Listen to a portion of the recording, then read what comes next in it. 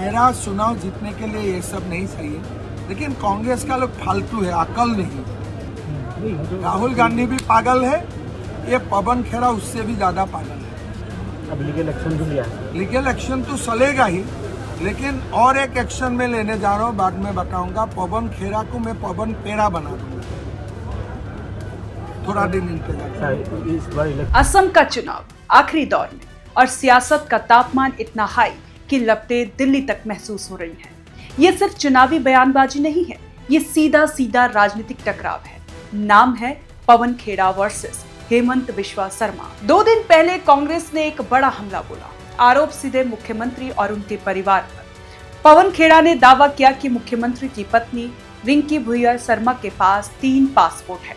सिर्फ यही नहीं, रुके संपत्तियों को लेकर भी कई गंभीर सवाल खड़े किए। चुनावी मंच से ये आरोप सिर्फ बयान नहीं थे, ये एक रणनीति, एक कोशिश थी नैरेटिव बदलने की। लेकिन राजनीति में हर बार का जवाब होता है, और जवाब आया तुरंत। मुख्यमंत्री की पत्नी रिंकी भुइयार शर्मा ने इन आरोपों को सिरे से खारिज किया और इसे अपनी छवि खराब करने की साजिश बताया। इसके बाद सीधा कानूनी रास्ता अपनाया गया, FIR दर्ज कराई गई। यानी मामला अब सिर्फ राजनीतिक नहीं रहा, कानूनी जंग में बदल गया। और फिर आज जो हुआ, उसने पूरे देश की सियासत को हिला दिया। असम पुलिस की टीम दिल्ली पुलिस के साथ राजधानी दिल्ली में दाखिल होती है और सीधे पहुंचती है पवन खेड़ा के घर। लोकेशन निजामुद्दीन। ये कोई सामान्य विजिट नहीं थी, ये एक सख्त संदेश था कि आरोपों की कीमत चुकानी पड़ सकती है। करीब करीब छानबीन होती रही, हर एंगल से पड़ताल, लेकिन सबसे बड़ा ट्विस्ट, पवन खेड़ा घर पर नहीं मिलते। सवाल खड़ा होता है, क्या ये महज संयोग है या पहले से जानकारी? लेकिन कहानी यही खत्म नहीं होती। असम पुलिस बाहर निकलती है और बयान देती है कि कुछ आपत्तिजनक दस्तावेज बरामद हुए हैं।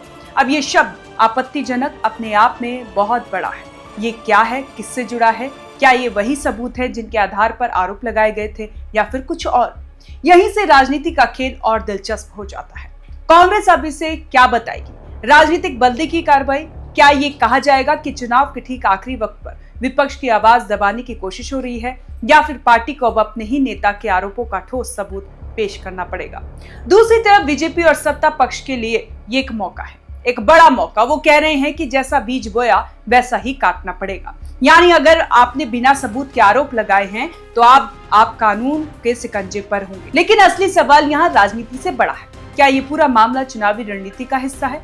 असम में चुनाव प्रचार का आखिरी दिन, माहौल पहले से ही गर्म, और अचानक ये बड़ा विवाद। इससे फोकस किस पर शिफ्ट होता है? विकास के मुद्दे से हटकर सीधा आरोप प्रत्यारोप पर। हेमंत बिस्वा शर्मा के लिए ये एक मौका बन सकता है खुद को पीड़ित के रूप में पेश करने का, कि उनके परिवार को निशाना बनाया गया। वहीं कांग्रेस के लिए जोखिम है, अगर आरोप साबित नहीं हुए तो उल्टा असर पड़ सकता है। और यहाँ एक और एंगल है, कानून वर्सेस राजनीति।